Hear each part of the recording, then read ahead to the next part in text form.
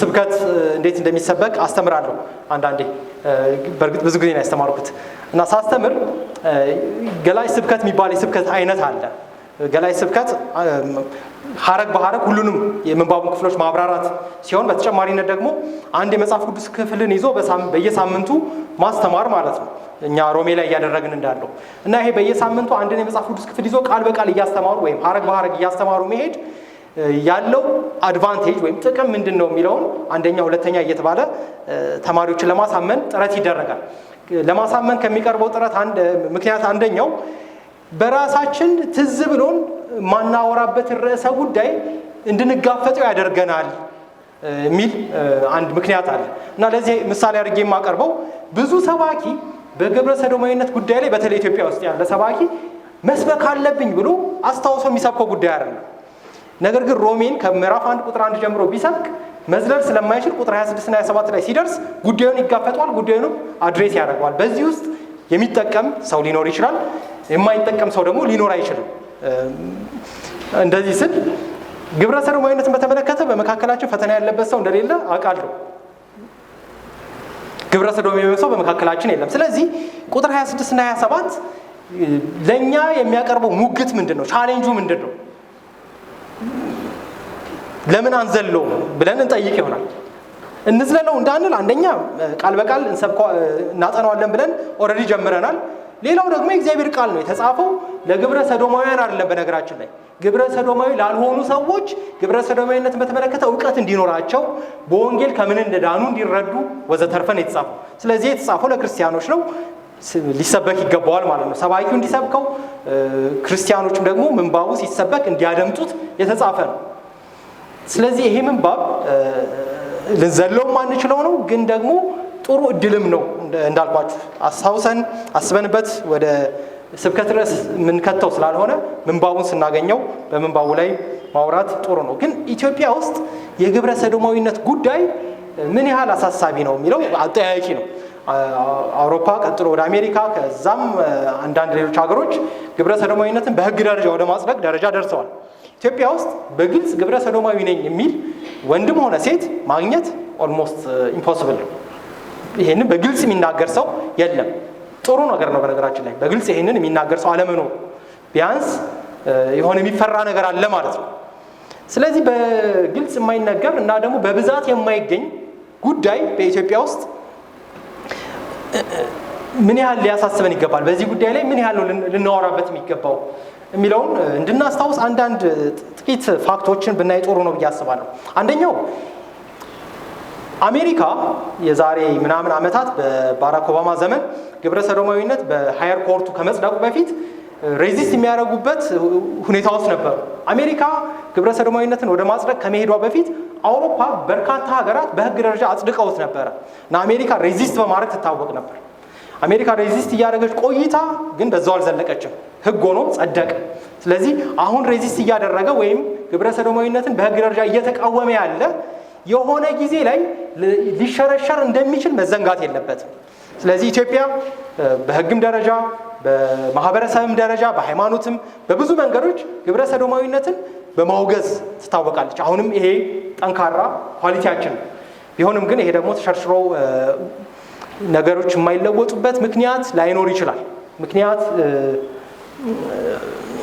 ይኖራል በብዙ መንገድ ኢንፍሉዌንስ ሊኖር ይችላል አንደኛው የውጪ እርዳታ ነው ለምሳሌ ኡጋንዳ በብዙ ጫና ውስጥ ያለፈች እንደሆነ ኢትዮጵያም በዚህ ምክንያት አንዳንድ ብድሮችን ወይም ጥቅማጥቅሞችን ከውጪ ሀገራት እንዳጣች እናውቃለን ስለዚህ በብድር ሊመጣ ይችላል በተለያየ መንገድ ሊመጣ ይችላል ስለዚህ ተጽዕኖው 100% ከኛ የራቀ ነው ኢሚነን ማለት አንችልም እሱ ብቻ ደግሞ ሳይሆን ኦሬዲ ሙከራውም አለ ስማቸውን መጥቀስ አልችልም እኔ በግሌ ባይዘው ማቋ አንድም ግብረ ሰዶማዊ ሰው የለም ግን ግብረ ሰዶማዊነትን እያስፋፉ ነው ተብለው በጣም ይጠረጠሩ የነበሩ አርቲስቶች አሉ እና ከእንግሊዝ ሀገር 5 ሚሊዮን ፓውንድ ተመድቦላቸው ይንቀሳቀሱ ነበር ሲባል ሰምቻለሁ ስማቸው መጥቀስ ያልፈለኩት የተረጋገጠ ቬሪፋይድ የሆነ መረጃ ስለሌለኝ ነው ነገር ግን ይሄንን እንቅስቃሴያቸው ማስፋፋት እንደማይችሉ ሲያውቁ ወደ ኋላ ሲያፈገፍጉ በጀት ሁሉ ተቋርጧል የሚል ነገር ሰምቻለሁ ስለዚህ ሙከራው በዚህም በዛም ማለት ነጮቹ ደግሞ ያርፉ ያላቸውን ገንዘብ ኢንቨስት ያደርጋሉ በዚህ ጉዳይ ላይ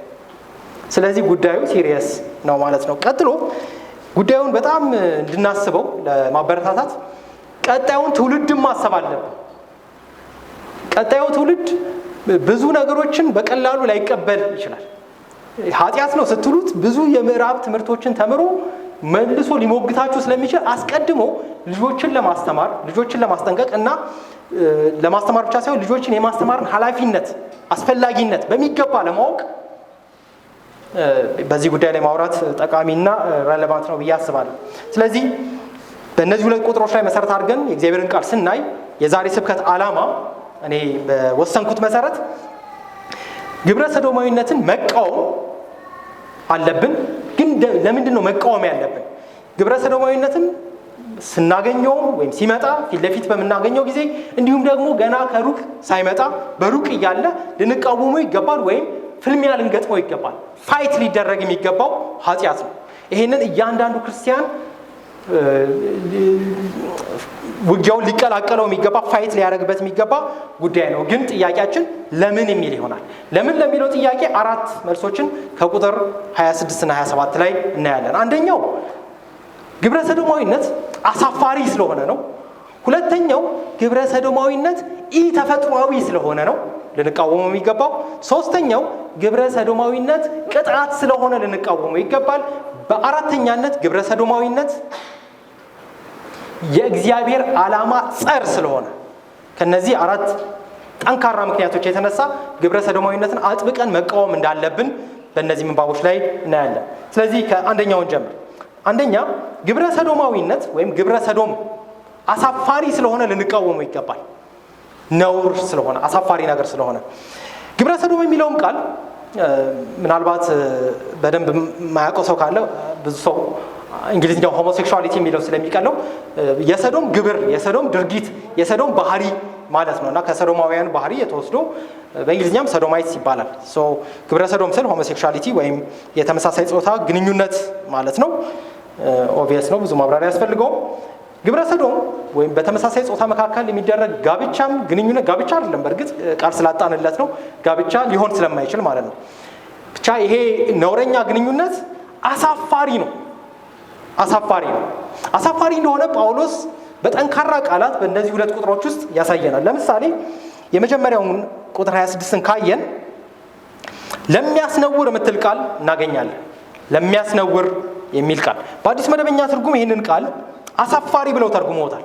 አሳፋሪ የሚለው ቃል ጥሩ ትርጉም ነው። የሚያስነውር የሚለውም አብሮ መሄድ ይችላል። ምክንያቱም የግሪክኛው ቃል በዚህ ምንባብ ውስጥ ያለው ሼምፉል የሆነ ራስን የማዋረድ እና ደግሞ ሰውነትን ዲስኦነር ማድረግ የሰውነትን መለኪያ መጣል ማጣት የሚሉ አይነት ሀሳቦችን የያዘ ነው። አሳፋሪ የሚለውን ቃል ይጠቀማል። ሌላው ደግሞ ምኞት የሚል ቃል ይጠቀማል። ስለዚህ አሳፋሪ ምኞት ነው በማለት ይገልጸዋል። ቀጠል አድርጎ የወንዶቹን ድርጊት ቁጥር 27 ላይ ሲናገር ወደ መጨረሻው ወረድ ብላችሁ ካያችሁት ወንዶች በወንዶች ይልና ነውር የሚል ቃል እናገኛለን። የወንዶች ከወንዶች ጋር የሚደረገውን ግንኙነት ነውር ነው በማለት ይገልጸዋል። ስለዚህ በእነዚህ ሁለት ቁጥሮች ውስጥ ይህ የግብረ ሰዶም ድርጊት አሳፋሪ መሆኑን ለማሳየት ጳውሎስ ቃላቶችን በመደጋገም ይጠቀማል። አሳፋሪ ነው ይላል፣ አሳፋሪ ምኞት ነው ይላል፣ ነውር ነው በማለት እነዚህን ቃሎች በመጠቀም ድርጊቱ አሳፋሪ እንደሆነ ይናገራል። ይሄ ምኞት የሚለው በጳውሎስ መልእክቶች የተለመደ ቃል ነው። ለምሳሌ ቆላሲስ ምዕራፍ 3 ቁጥር 15 ላይ እናገኘዋለን፣ ቁጥር 5 ላይ እናገኘዋለን። አንደኛ ተሰሎንቄ ምዕራፍ 4 ቁጥር 5 ላይ እናገኘዋለን። ይሄ ከዝሙት ጋር ተያይዞ የሚደረግ ድርጊት ሕግን ጠብቆ እስካልተደረገ ድረስ አሳፋሪ ነው የሚለውን ጳውሎስ በተለያዩ መልእክቶቹ በደንብ አድርጎ የሚናገረው ሀሳብ ነው። በዚህ ምንባብ ደግሞ በጣም ስፔሲፊክ በመሆን አንድን ከዝሙት ጋር የተያያዘ ወይም ከሴክሹዋሊቲ ጋር የተያያዘውን ኃጢአት ግብረ ሰዶምን አሳፋሪ ነው ይለዋል። ይሄ አሳፋሪ ነው የተባለው ድርጊት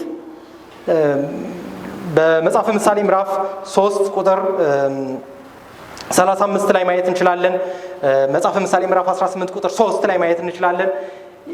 ይሄ አሳፋሪ ድርጊት ውስጥ ሰው የሚገባበት ምክንያት ጥበብን እምቢ ብሎ በሞኝነት መንገድ በመሄዱ ምክንያት ነው በማለት ይናገራል። መጽሐፈ ምሳሌ ጥበብን እምቢ ያለ ሰው ፍጻሜው በሞኝነት መሄድ ነው። ሞኝነት ደግሞ ኤንዳፕ የሚያደርገው አሳፋሪ ሼምፉል በሆነ ሁኔታ ውስጥ ነው ብለው ይናገራሉ። ጳውሎስ ከዚህ አውድ ብዙ የራቀ ነገር እየተናገረ አይመስልም።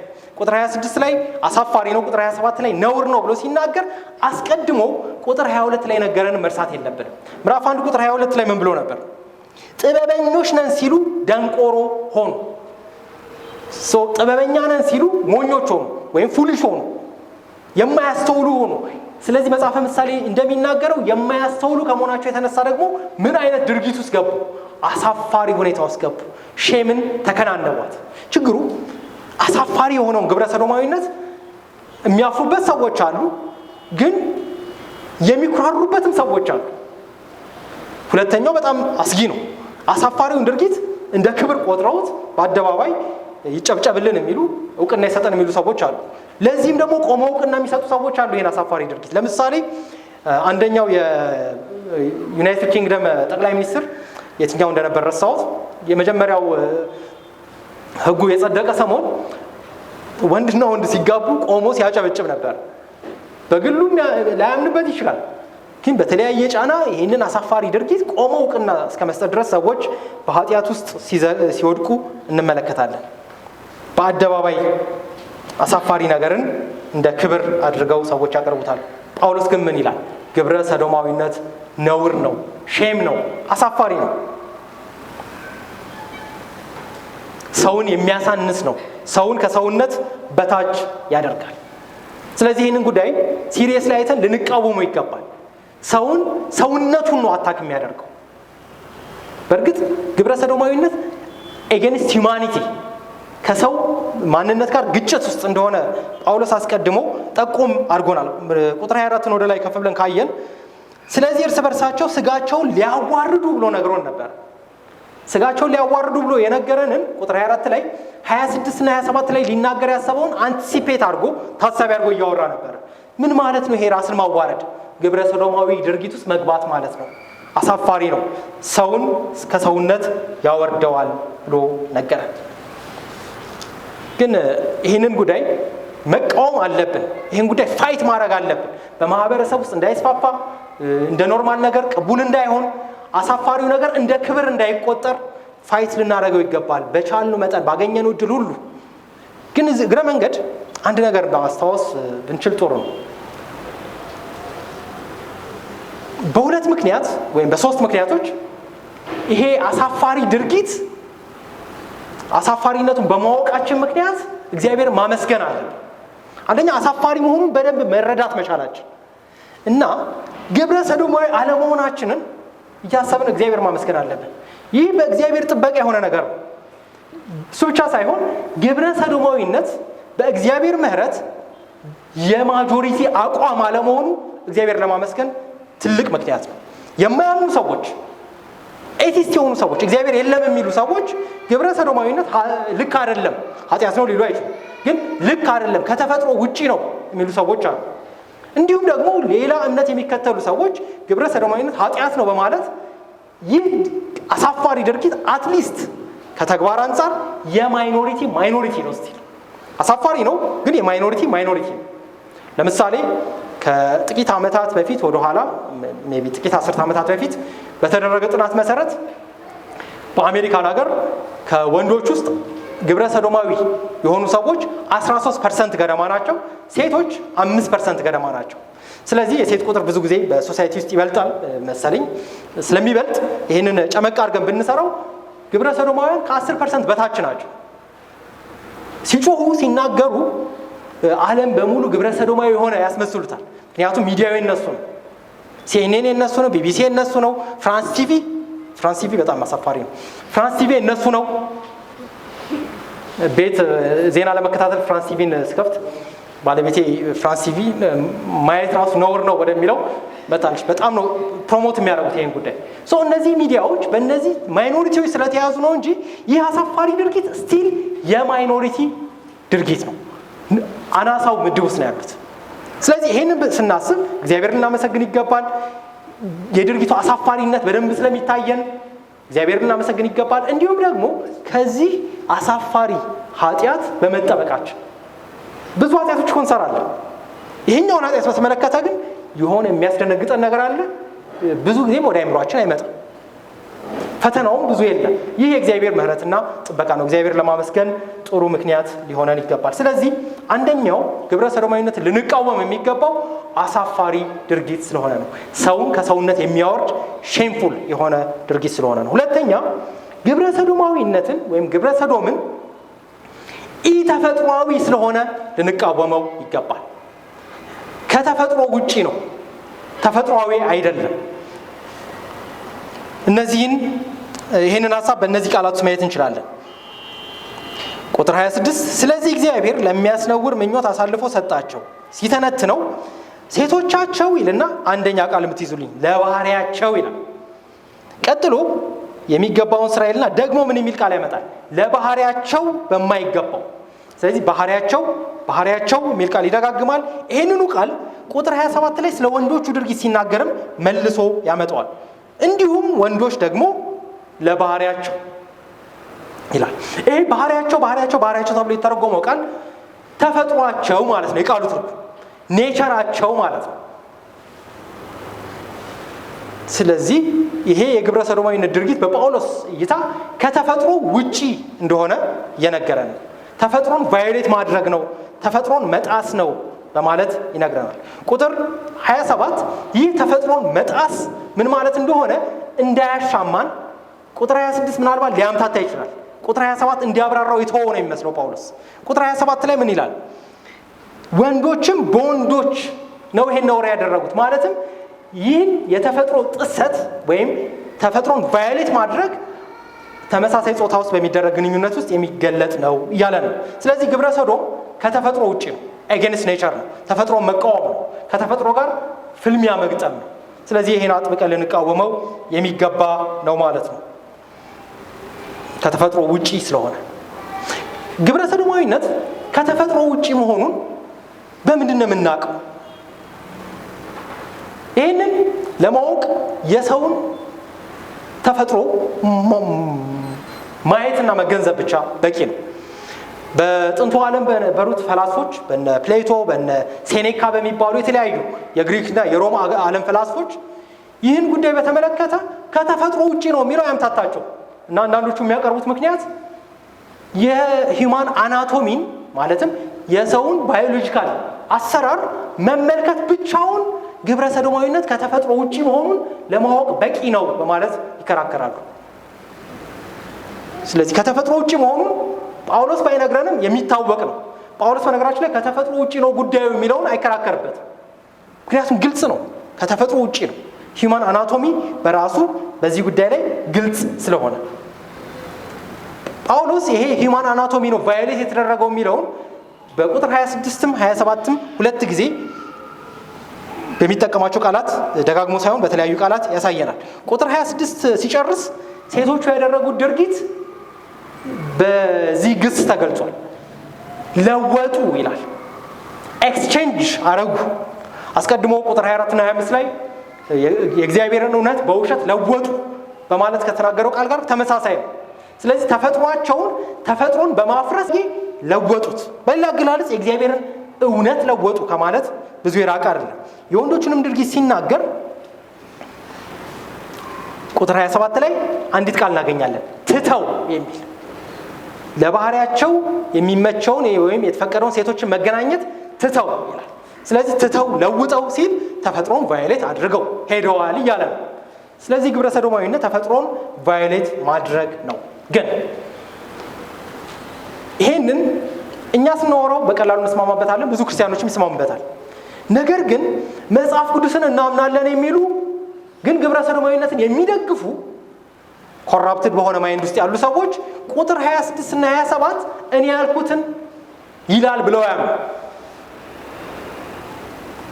ተፈጥሮ ነው ቫዮሌት የተደረገው እያለ ነው ጳውሎስ። ግብረ ሰዶማዊነት የተፈጥሮ ቫዮሌሽን ነው እያለን ነው ብንላቸው አይ እንደሱ እያለ አይደለም ይላሉ። መከራከሪያ ያቀርባሉ። የሚያቀርቡት መከራከሪያ እንደዚህ ነው።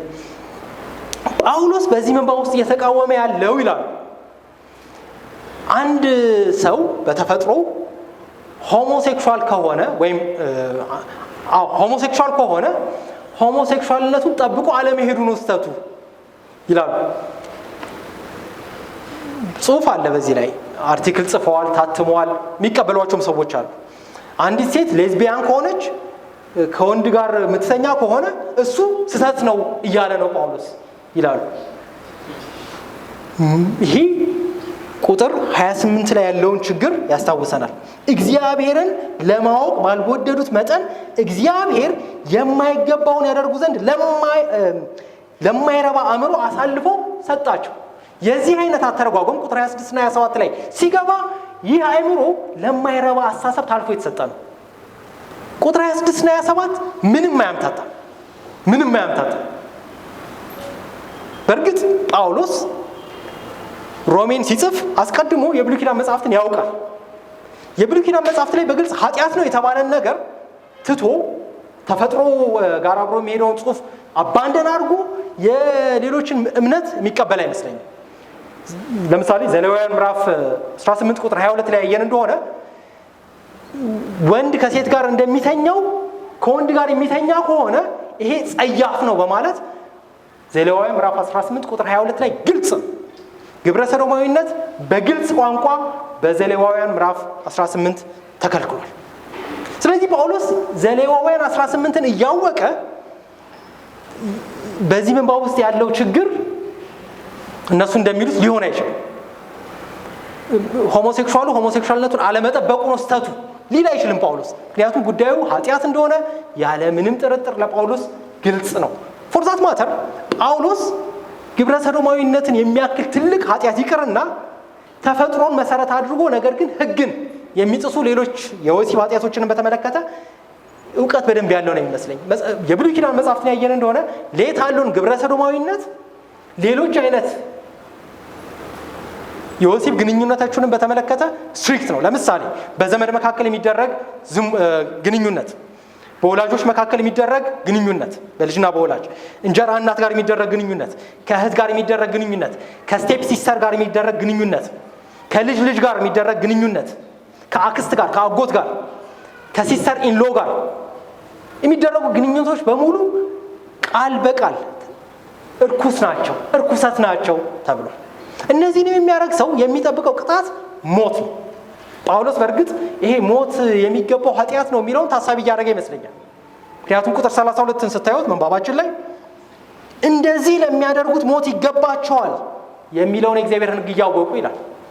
ስለዚህ ሞት የሚገባውን ኃጢአት ጳውሎስ አሁን ያሉ ተርጓሚዎች እንደሚተረጉሙት አለስልሶ ሆሞሴክሹዋልም ሆሞሴክሹዋል ይሁን፣ ሄትሮሴክሹዋልም ሄትሮሴክሹዋል ይሁን ይሄንን ይጠበቅ፣ ይሄ ቫዮሌት ሲደረግ ነው ችግሩ ሊል አይችልም። ስለዚህ ጳውሎስ እያለ ያለው ግብረ ሰዶማዊነት ከተፈጥሮ ውጪ ነው እያለ።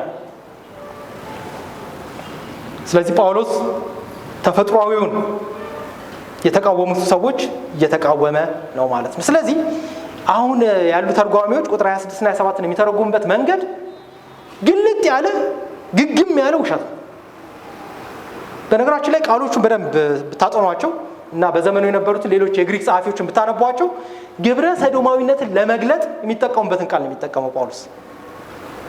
እኔ ይህንን ሌሎቹን ቃሎች አላጠናሁም፣ ግን ያጠኑ ምሁራንን አንብቤ ያለው ጳውሎስ የሚጠቀማቸው ቃላት በዘመኑ ግብረ ሰዶማዊነትን ለመተቸት ሌሎቹ ግሪኮቹም ሮማውያኑ የሚጠቀሙትን ቃል ነው የሚጠቀሙ። ስለዚህ ጳውሎስ እያለ ያለው ምንድን ነው? ይህ ድርጊት ተፈጥሮን ቫዮሌት ማድረግ ነው፣ ኢ ተፈጥሯዊ ነው በማለት እየተናገረ ነው። ግን ይሄ ተፈጥሯዊ የሆነው ድርጊት ከሳይንስ ጋር ሊጋጭ ይችላል ወይ? ከሳይንሳዊ ግኝት ጋር ሊጋጭ የሚችልበት እድል አለ ወይ? በዘመናችን ግብረ ሰዶማዊነት ወይም ሆሞሴክሹዋሊቲ ጄኔቲክ ነው፣ ተፈጥሮ ውስጥ ያለ ነገር ነው የሚሉ አሉ። እና ከሚያቀርቧቸው ሙግቶች አንዳንዱ አንድ ግብረ ሰዶማዊ ወንድና ግብረ ሰዶማዊ ያልሆነ ወንድ የብሬን ስትራክቸራቸው ይለያያል፣ ይሄንን አረጋግጠናል ይላሉ። የሴቷም እንደዚሁ ሲለያይ ደግሞ የሚለያየው እንዴት ነው ይላሉ። ግብረ ሰዶማዊ የሆነው ወንድ ሊኖረው የሚገባው አይነት የብሬን ቅርጽ ግብረ ሰዶማዊ ያልሆነች ሴት ጋር ይመሳሰላል። ስለዚህ እየተለዋወጠ ነው ነገሩ ይላሉ። ከዚህ የተነሳ ምን ሊሉ ነው እየሞከሩ ያሉት? ይሄ ነገር ከተፈጥሮ ጋር የተያያዘ ነው፣ ስለዚህ ምንም ሊያደርጉት አይችሉም፣ ተፈጥሯቸውን ተከትለው ይሄዱ እያለ ሳይሆን አይቀርም። እያሉ ነው። ግን ጳውሎስ እየነገረን ያለው ምንድን ነው? ይሄ ጉዳይ ተፈጥሮን ቫዮሌት ማድረግ ነው እያለ ነው። ስለዚህ ጥያቄ መጠየቅ ያለብን እዚህ ጋር ተፈጥሮን ቫዮሌት የሚያደርግ ሳይንሳዊ ግኝት ሊኖር ይችላል። ሳይንስ ስራው ምንድን ነው? ሳይንስ ፍጥረትን ነው የሚያጠናው፣ ፍጥረትን ነው ኢንተርፕሬት የሚያደርገው። ስለዚህ እንደ ክርስቲያን ለእንደዚህ አይነት ሙግቶች ልንሰጥ የሚገባው መልስ ምንድን ነው? ልናስብበት ይገባል። በእርግጥ ራሳቸው ስለሚያፈርሱት ችግር የለውም ይህንን ሙግታቸው። ፋይናሊ ይሄ ምን ይነግራችኋል? ይሄ ስለ ብሬን ስትራክቸር የጠናችሁት ነገር ፋይናሊ የሚነግራችሁ ምንድን ነው ሲባል አይ ገና አልደረስንበትም አናውቅም ይላሉ። ዋት ምን እያላችሁ ነው ብላችሁ ጥያቄውን ወደ እነሱ መመለስ ይቻላል። ነገር ግን ሙግታቸው በሳይንስ ደረጃ እየተወሳሰበ መሄዱ ስለማይቀር ክርስቲያንና ሳይንስ፣ መጽሐፍ ቅዱስና ሳይንስ፣ ስነ መለኮትና ሳይንስ እንዴት ነው የሚገናኙት የሚለውን ከሰዓት እንመለከታለን። ሶስተኛ፣ አንደኛ አሳፋሪ ነው፣ ሁለተኛ ከተፈጥሮ ውጪ ነው፣ ሶስተኛ ግብረ ሰዶም ቅጣት ስለሆነ ተቃውሙት። ግብረ ሰዶም ቅጣት ስለሆነ ተቃውሙት። ቅጣት ያመጣል ኦፍ ኮርስ፣ ግን እሱ ራሱ ቅጣት ነው።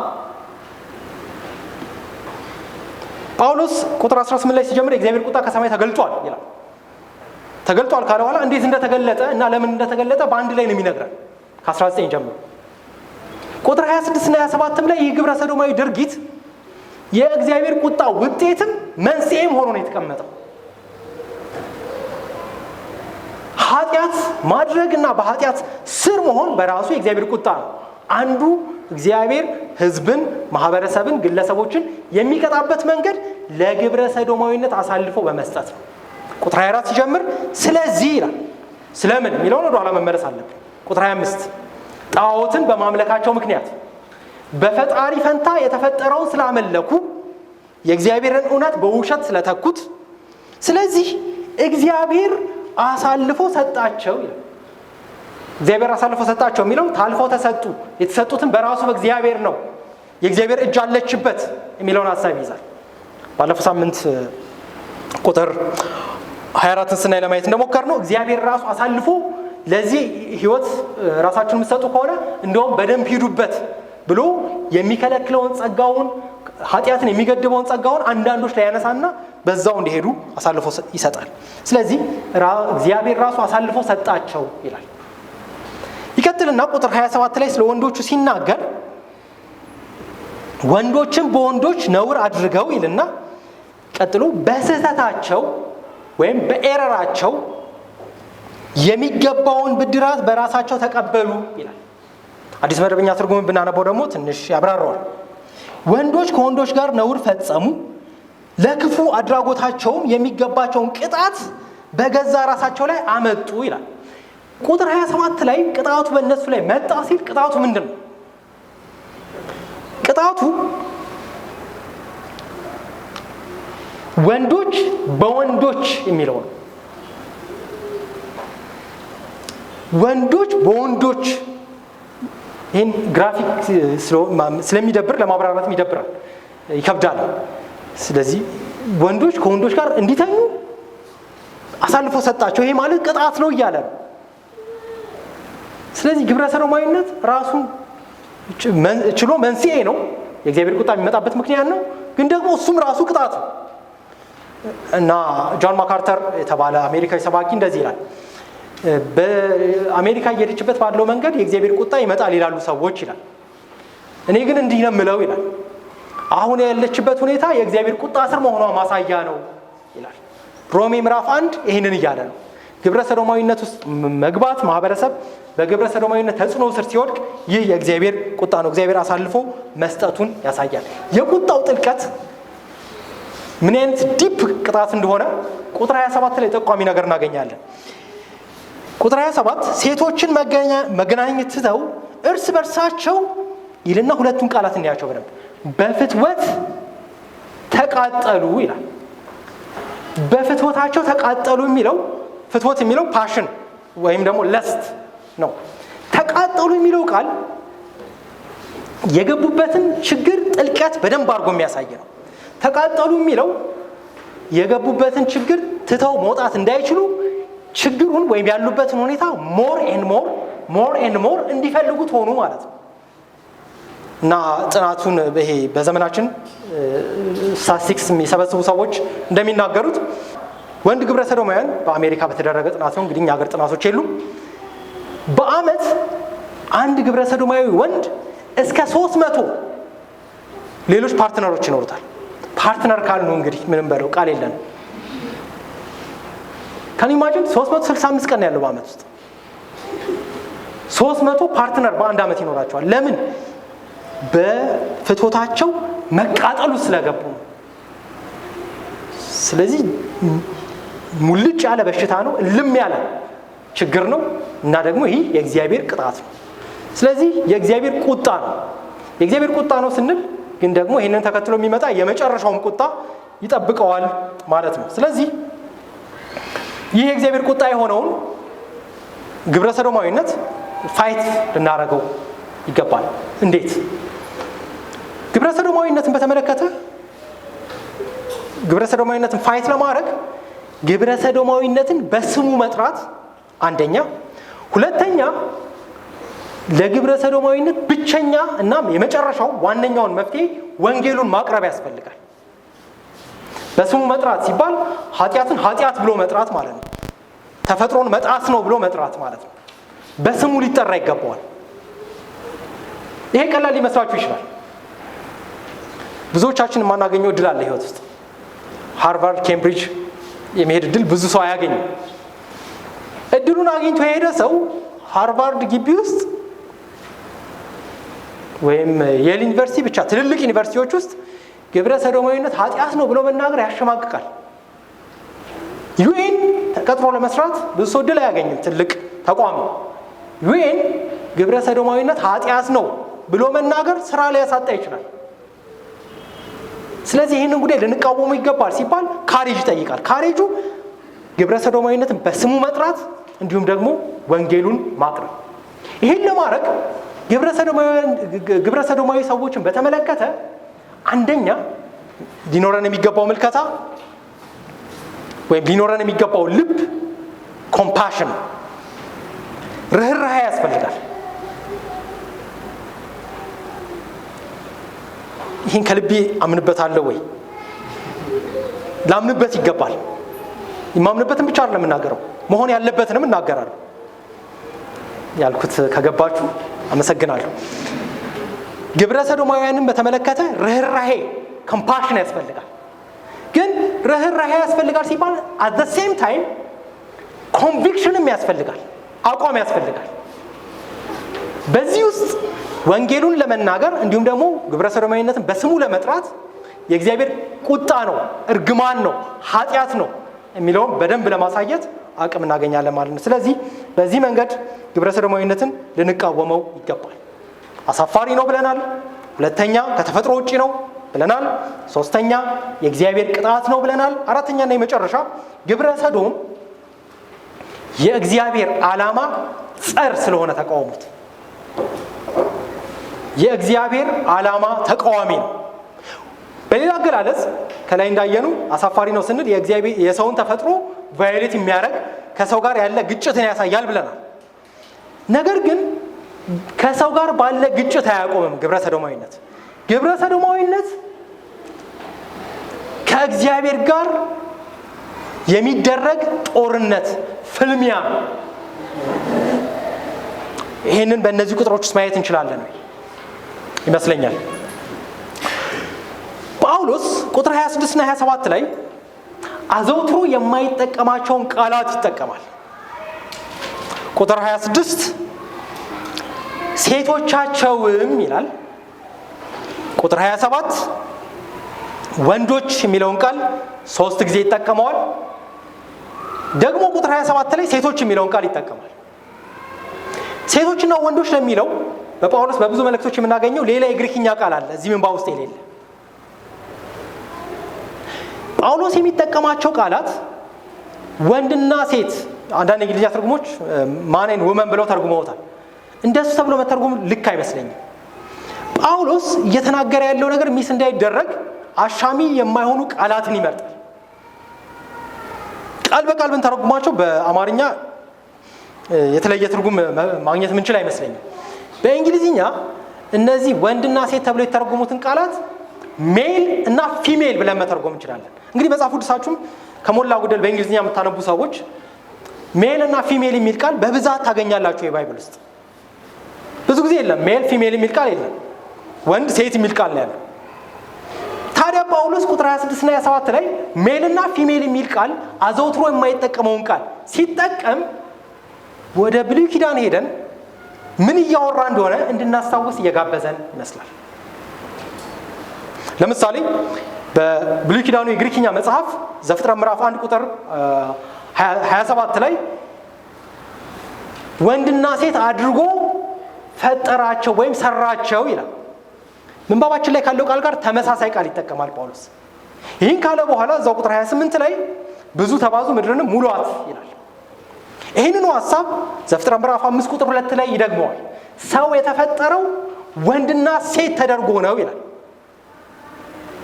ይሄ ደግሞ የሚሰራው ለሰው ልጆች ብቻ ሳይሆን በእንስሳት ኪንግደም አኒማል ኪንግደምንም ይመለከታል። የእንስሳትን ዓለም ያየን እንደሆነ ኖህ በጥፋት ውሃ ዘመን መርከብ ሰርቶ እንስሳትን ሲያስገባ እግዚአብሔር ቃል በቃል የሚነግረው ነገር አለ። ዘፍጥረት ምዕራፍ 6 ቁጥር 19 ቁጥር 20 ላይ ምዕራፍ 7 ላይ ታገኙታላችሁ። ከእያንዳንዱ ዘር ሜል እና ፊሜል ሜል እና ፊሜል እያደረግ አስገባ ይለዋል። እነዚህ ሁሉ ቃላት ምን ይነግሩናል? እነዚህ ምንባቦች እግዚአብሔር ፍጥረትን ሲፈጥር የፍጥረትንም ቁንጮ ደግሞ ሰው ሲያደርገው ሰውንም ሜልና ፊሜል ሲያደርግ ዘፍጥረት ምዕራፍ 1 ቁጥር 28ን ማሳካት እንዲቻል እሱም ብዙ ተባዙ ምድርንም ሙሏት የሚለው መሳካት እንዲችል ሜል እና ፊሜል ያስፈልጋል።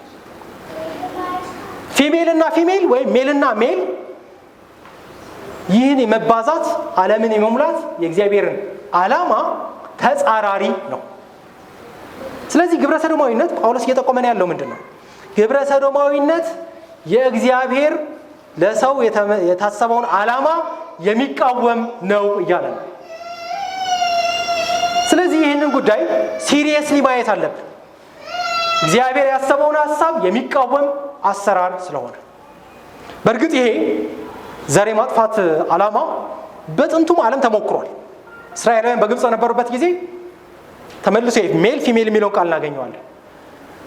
ወንዶቹ ሜሎቹ ይገደሉ ሲባል የእስራኤል ዘር እንዳይቀጥል በፈርዖን አማካኝነት ትእዛዝ ሲወጣ እናያለን። ስለዚህ ሜል ፊሜል የሚለው ነገር ከተጠበቀ ዘር ይቀጥላል፣ ትውልድ ይቀጥላል፣ ምድር በሰው ትሞላለች። ስለዚህም ለእግዚአብሔር ክብር የሚሰጥ የሰው ልጅ ይኖራል። ይህ ቫዮሌት ተደርጎ ግብረ ሰዶማዊነት ውስጥ በተገባና በጨመረ ቁጥር የእግዚአብሔር ዓላማ ላይ የሚደረግ ውጊያ ነው። ስለዚህ ግብረ ሰዶማዊነት በእግዚአብሔር ላይ የሚደረግ ዘመቻ ውጊያ ከሆነ እግዚአብሔር ይህንን እንዳላየ ያልፎ እግዚአብሔር ይዋጋዋል። እየተዋጋውም እንደሆነ የምናውቀው አሁንም ቢሆን ማይኖሪቲ ናቸው። ቀስ በቀስ ቁጥራቸው እየጨመረ ቢሆንም ማይኖሪቲ ናቸው። እግዚአብሔር እየተዋጋው ያለውን ውጊያ ይህን የእግዚአብሔርን ውጊያ እኛም ልንዋጋው ይገባል። እዚህ ጋር ምን እያልኩ እንዳልሆነ ልናገር። ለእግዚአብሔር ልንዋጋለት አይገባም።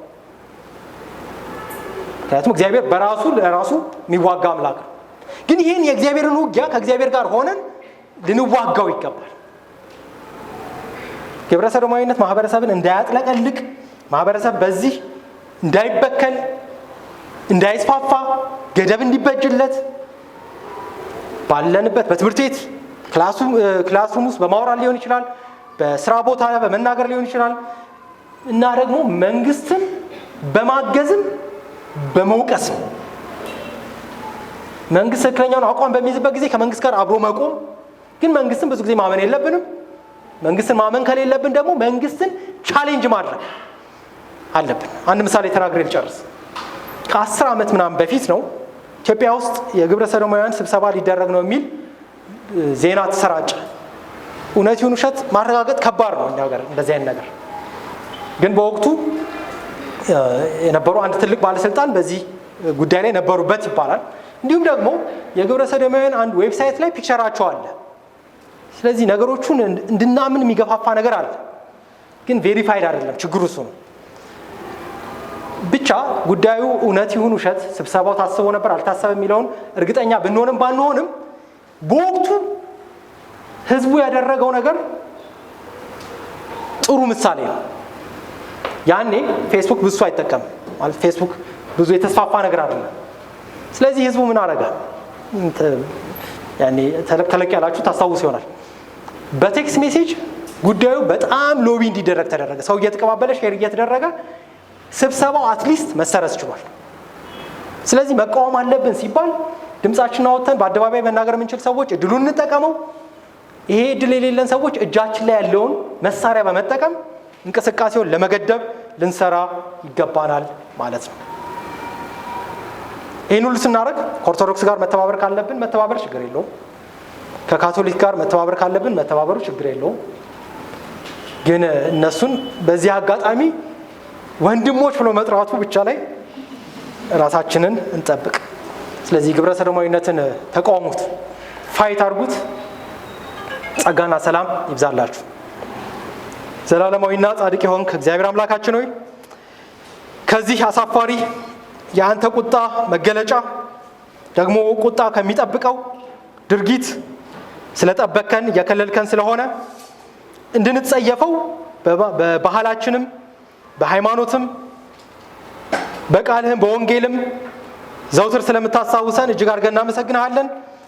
እንዲሁም ደግሞ ለሌሎች በመራራት እንዲሁም ደግሞ አቋም በመያዝ ኮምፓሽን ኮንቪክሽን ኖሮን ወንጌልን ማቅረብ ኃጢአቱንም በኃጢአት ምድብ መመደብ በስሙ መጥራት እንድንችል ድፍረት እንድሰጠን እንጠይቃለን። ደግሞ በአገራችን በኢትዮጵያም ኮንቴንድ ሆኖ ተገድቦ ባለበት እንዲቀጥል እንዲያውም ወደ ኋላ እንዲመለስ በአደባባይ በድፍረት የሚነገር የክብር መገለጫ ከመሆን እንዲቀር ለመንግስትም ፖሊሲ ለሚያወጡም ከውጭ እርዳታ ለሚቀበሉ ተቋማትም ድፍረት እንድትሰጣቸው ይህን ደግሞ ለመቋቋም የምንችልበትን አቅም ኢኮኖሚያችንን በማሳደግ ውስጥ እንድትሰጠን ጸጋንም ደግሞ አብስተልን ወንጌልህን በግልጽ መናገር እንድንችል እንድትረዳን እንጠይቃለን። በጌታ በኢየሱስ ስም አሜን።